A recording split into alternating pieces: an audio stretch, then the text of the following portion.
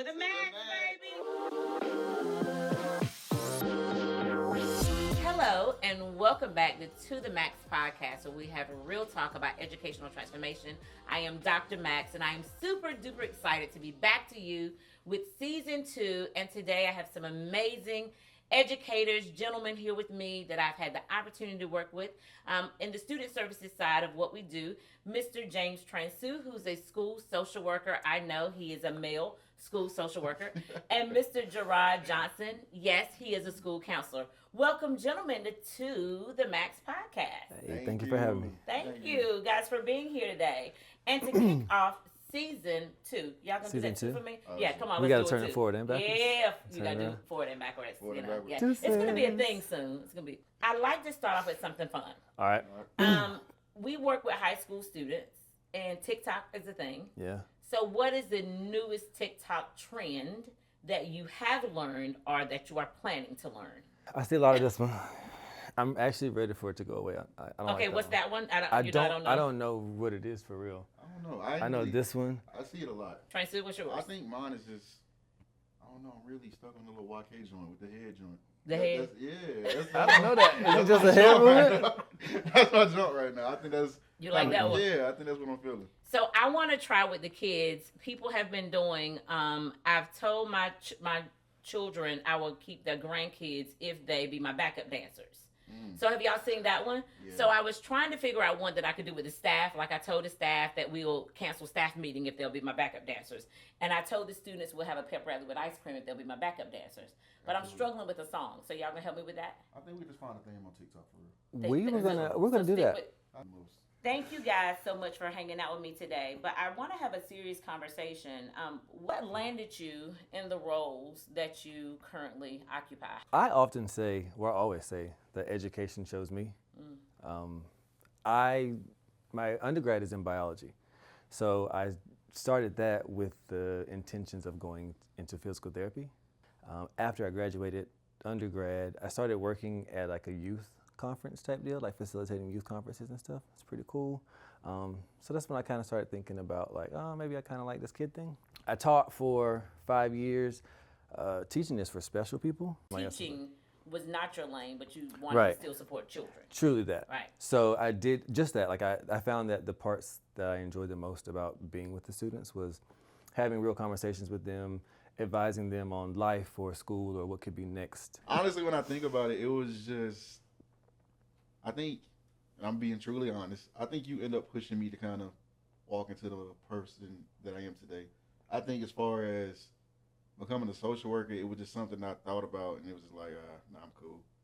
Like, I didn't really have the motivation to actually walk into that social worker purpose, I guess, in a sense. I really did. Like, I was cool just doing what I was doing before I started doing social work. And then it was one conversation, Doc, she like literally stopped me. She was like, what is your degree in? I said, I got a social work degree. She looked at me and she was like, and what are you doing? And I was like, oh. Like she gonna really drag me out like that right now. But what did you do? Like these people don't know what your role was. So before I started off as a social worker, I was a behavior interventionist. So a lot of my day-to-day tasks was kind of like, pull-outs, one-on-ones, things of that nature. So I was kind of like, it was something similar to social work, but it wasn't as deep as the social work role. When I started doing social work, it was just like, I didn't know how deep it was truly until I started doing it. Like the day-to-day tasks, the helping families, the, in and outs of social work, it was just, I had no idea of it. Yeah. So me actually thinking that I was going to do this one day, absolutely not. That's really hard to believe. Absolutely not. Because this man is so good at his job. Right. That's the part that I think leadership is about, though, is identifying the strengths in people. Because I think that when I met you and you were working in the classroom with those students who, needed behavior work through in-school suspension, I was like, but your intentionality around the support for them didn't speak to me that was the only thing for you. So I think that the role of leadership is identifying strengths in people and then helping them find their purpose and their goal. It is really great, the relationships that you've built with children and the impact that you've had in this, 4-year period of time. I think that's just extremely impressive. And especially because you're males, you have youth on your side, and then you're African American, and so you're relatable to them. Tell a little bit about your background. So I grew up in Winston. I kind of ventured off from Winston and went to college to play football, of course. While I was What there, you mean football? Of course. Why did you course. think the world thought you might could have played? Look, real dogs know it's real dogs. I mean, you could real have played dogs know hockey. listen, You could have played tennis. hey. Soccer. Real dogs know I it's mean, real dogs. Real hey, dogs hey. know it's real dogs. That's Oh, we're gonna leave it okay. at that. The Okay, world knows. whatever. Shout out The to the world- tennis players of the world, though. There we go, baby. Yeah. Let him Yeah, know. my Let guy. him know. Yeah. Track star. Yeah, that's what he Yeah, do. yeah. That's his swing. You know what I'm saying? You get into it. But nah, I kind of did that in college where I kind of was trying to find my purpose there.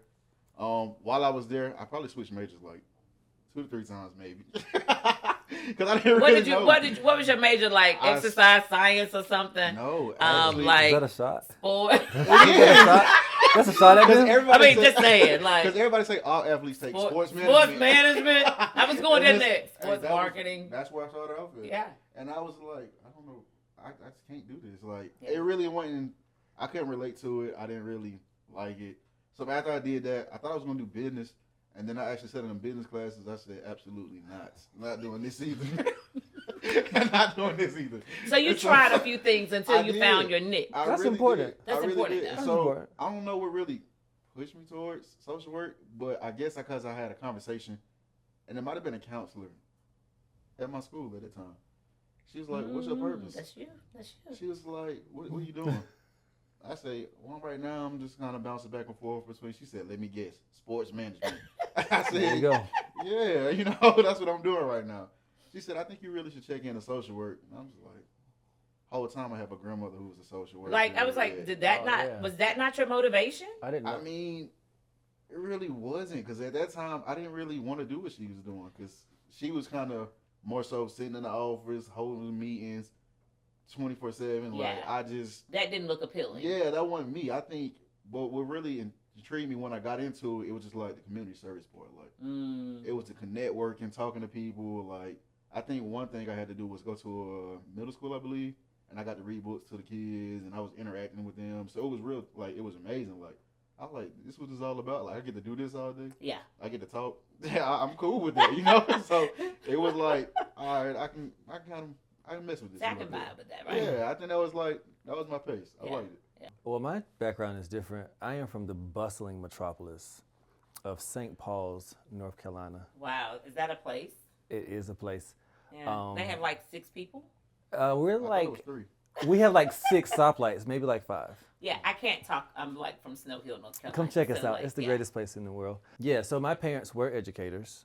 Both of my parents were educators. That's awesome. My dad was an administrator turned physical education teacher turned back administrator at the end. My mom was in education and she went to social work. So yeah, I just didn't think I would be in education. So you ran away from education, which is why you did a biology degree, And then it pulled me and back. now you're back in it. Yeah. But your heart to circle. me says education. Yeah, Like for your heart sure, for doesn't sure. say Absolutely. biology. For sure. He's Yeah. an education person. You Yeah, were yeah, for definitely in Yeah, education. for sure. Yeah. Your heart is kids all day. Yeah. Like That's your it. heart is impact and making a difference. And that is so interesting because the two of you are so passionate about the lives of our students. That I part. mean, almost to a fault. Like Yeah. you don't know when to cut it off because you don't have a cutoff. You don't have a cutoff. So how do you protect yourselves? First of all, I like to think that there's like a silver lining in every cloud. So like while there is a lot of dark days, like there are a lot of dark days around here, like even on those dark days, like you have to like be intentional about finding the happy spots. Be intentional Yeah. about finding the happy spots. Yeah. Is that why you always walk around humming and singing? Yeah. Have to like I mean if not I Yeah. might be like down bad crying because Yeah. I'm capable of that too. Yeah. So I don't know, I just I try to give my all to the students that I serve. I understand that this is a servant's role. Servants role. Yeah, but when I leave here, a lot of times, like last night I went home, I had like candles lit, the music was playing, there was no TV on, and I was just kind of like cleaning. So like when I wind That's down, your de-stressor. yeah, I wind down, like wind all the way down. So your de-stressor is time to yourself and just Yes. quiet time, it seems. Yeah. Okay. Yeah. Transou, what about you? I've really been trying to find a balance here lately. I don't really have a certain go-to. One of them days is just super heavy. but I have got back into the gym. So Yeah. it's been one of those things Yeah. where we might be here to like 6, 7 in the weight room for a straight hour. And I feel like that's kind of my outlet now. So you leave it in the weight room. I think I do in a sense because it's like once I'm in there, we get into a whole nother mode. And I might be mad at him for the weights or the stuff we were Mind doing. you, like he comes up with like the craziest routines or workouts. It really be. Oh, so he creates the workouts for you so guys. I think it's So he's fly. punishing Yeah. you all for He's his really day taking at it out on work. him. That's what it is. And you take That's the what it is. punishment? That's what it is. Oh. We collaborate on the routine that we're gonna do that day. Oh, that it I doesn't. think It we doesn't do. seem like it's a collaborative approach. I really think it's. We collaborate a lot, so sometimes we be in there and I just be like, I hate this, but I mean, Yeah, we would it change kinda- on the fly yeah, because we and didn't step up. But it works out though, like, because So- by the time we leave there, it's like, I'm good. Like, So how does it feel being men, in such a male-dominated workspace? Is it as male well. dominated? I mean, I'm backwards. I apologize. Oh God, I was about to In say. a female-dominated, I'm talking to two men, in such a female-dominated workspace, and working with a female as your leader, how do you adapt to that as an experience? I trust in black women. That's, snap that. I believe. Clock that Yeah, T. I believe black women. I believe in black women. So, for me, a woman as a lead is like I think I prefer it. And I that's different for you to prefer Yeah. female leadership. I don't think I realized that until my previous position, well, at my previous place of employment. There were a lot of men in the building, and I didn't realize how much ego plays a part. Ego plays a part in that. So people like to say that women are emotional. Everybody's emotional to an extent. I think ego is a part of an emotion too.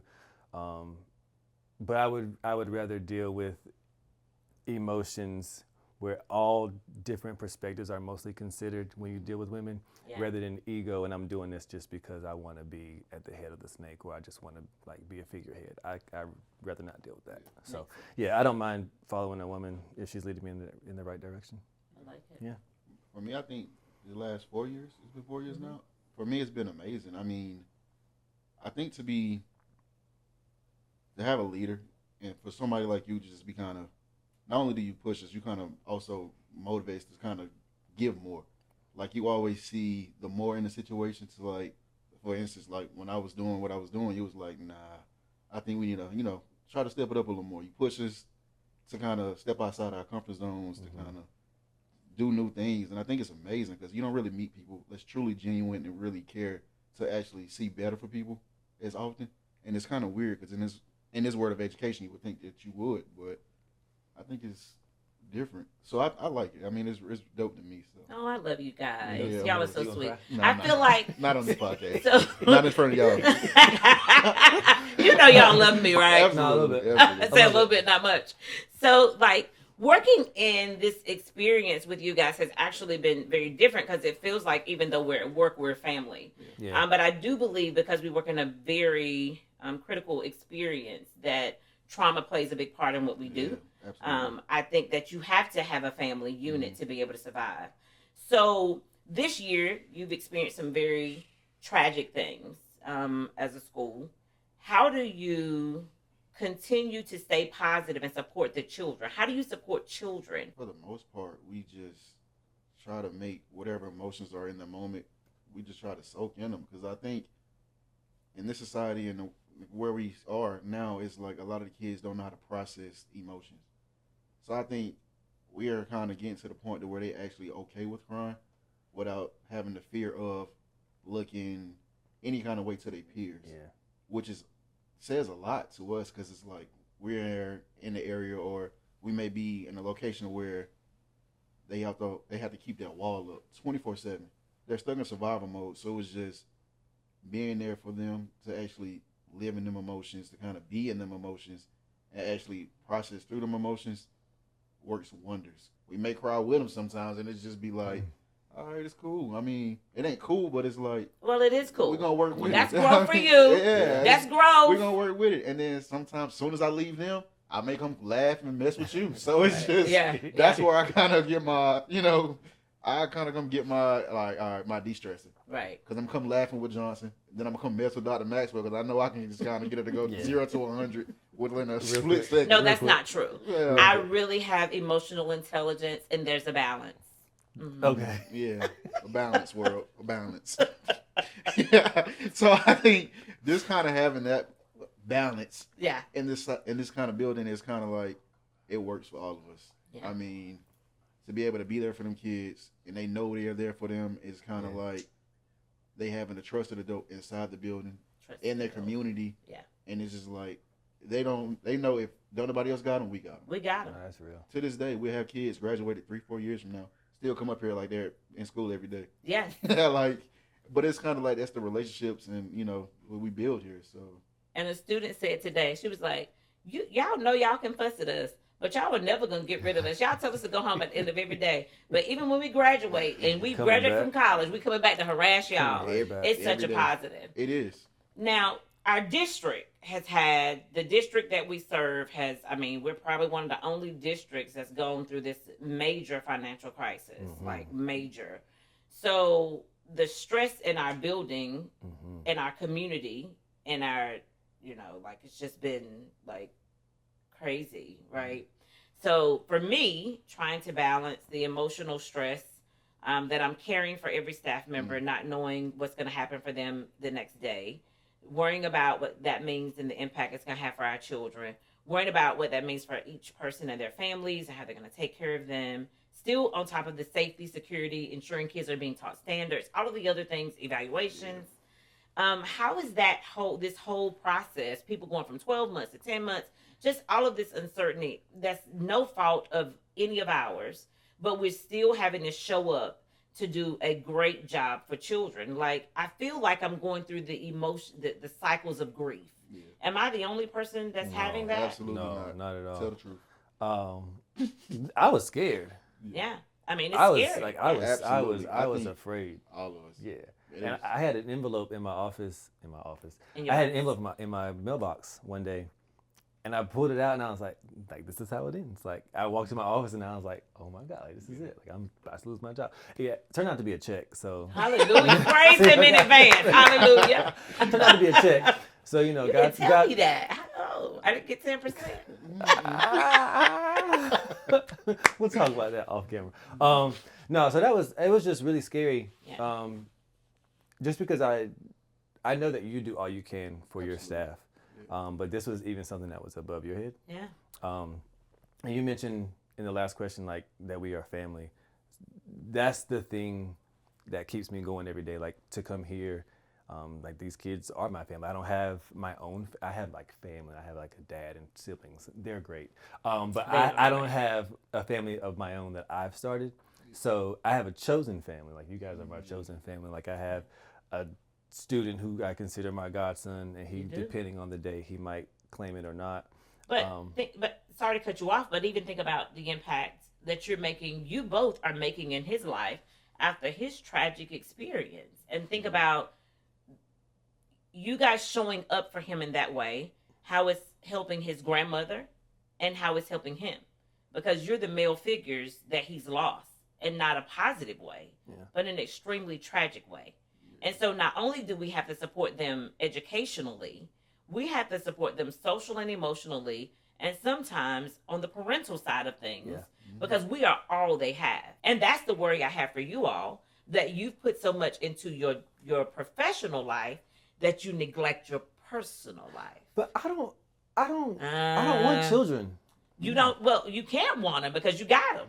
You got like 700 of them. And I think that's the thing. Like, I think I would either be like a really good or decent educator and a bad parent, or I would probably be a good parent and I would come here tired every day. Like, the children, every single one of them, I feel, are worth it. Yeah. I mean, I don't think... No question. And we do it without question. But you also have... You're worth it. And you're worth it. Look at you. You're worth it. And you're worth it. Hey, you're worth it. Fun fact. Hey, look at me. You're worth it. Look me in my eyes. Fun fact, everybody. I cried in my interviews. Yeah. When I interviewed for the job, I cried. He did. I mean, he did. Yeah, I was like, he can be a little so- sensitive now and then. Is it- Tenderhearted, so Or maybe very I much. just have that touch to make him cry. How about it's maybe it's just Where's the camera? Which one are we looking at? Okay, stop. Focus. Okay. Pull it back together. But what I'm saying is, I mean, people don't really realize that this work goes beyond 4 o'clock every day.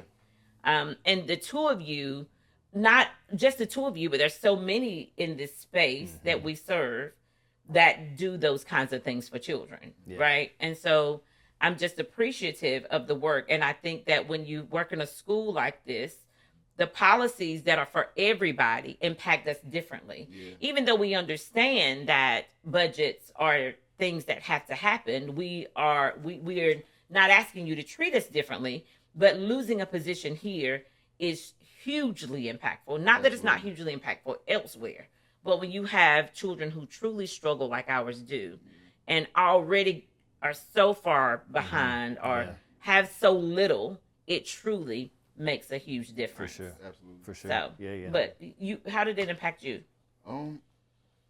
For a moment, it was just You said you were gonna drive big box trucks. yeah.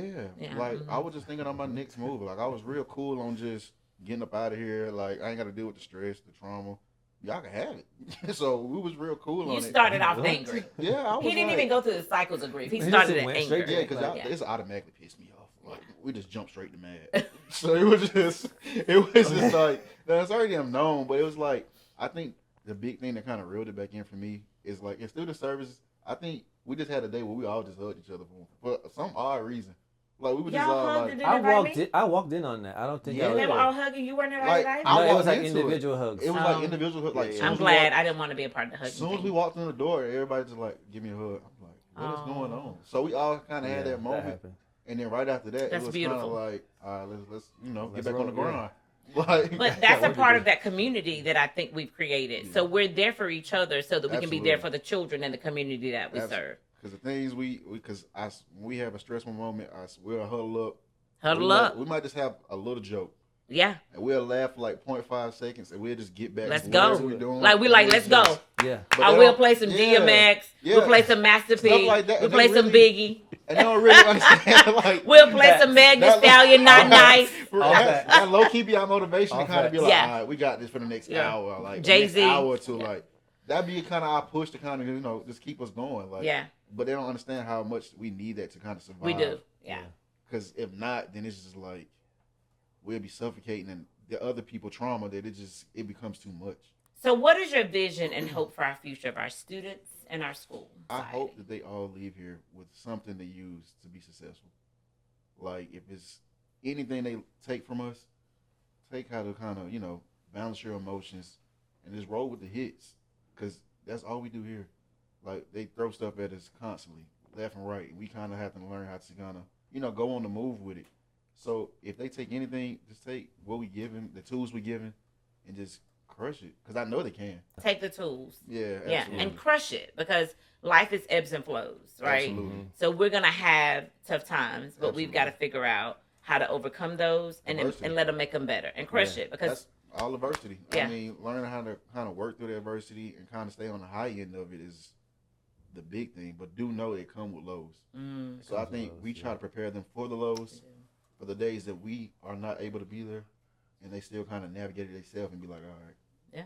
And that's in this world, in this time now, that says a lot. Amen. That's everything. Yeah, And I think another thing we've taught them is that we all have trauma. absolutely. We all, mental health is a Real. thing, is It's real. Like, and being comfortable with having conversations with people about your highs and lows and your ebbs Absolutely. and flows. It's okay. Yeah. Like, It is. It's- has it's to be. okay. Yeah, it's Yeah. necessary. it's necessary. Just like we go to the doctor to get our shots and our vaccines and check our high blood pressure, we need to check on our mental health. Absolutely. Because if we're not mentally, emotionally, and socially well, nothing else can flow. Yeah. Yeah. And I think the biggest thing that we done started is like when we see the guys, we'll dab them up. Hey, I love you. I'm proud of you. They say, I love you Yeah, like so much. it's when we say it to them. Yes. The first response we got is like, Huh? Is you cool? Yeah, like, you all and now right? it's to the point they be like, "Nah, Love you." love you too. Or either they'll get real cool with it, like love. Yeah, Yes. that's Love. their thing right there. Yes. Love. All right, love. Yeah. Yes. Yeah. But It's they dope, remember initially Yeah, they were like, when I first got here and I would be like, hey, love you, they'll be looking at me like, who's this weird Right. woman talking about she loves me? Yeah. Now they be like, Doc, give me a hug. I love you. I be like, I don't want a hug today. Absolutely. Or And they'll if- tell you that you didn't tell me you You love me didn't tell me today. you love me Yeah. today. And Well, I'm you like, didn't I'm hug today. sorry. Yeah. Like- So they're asking for it.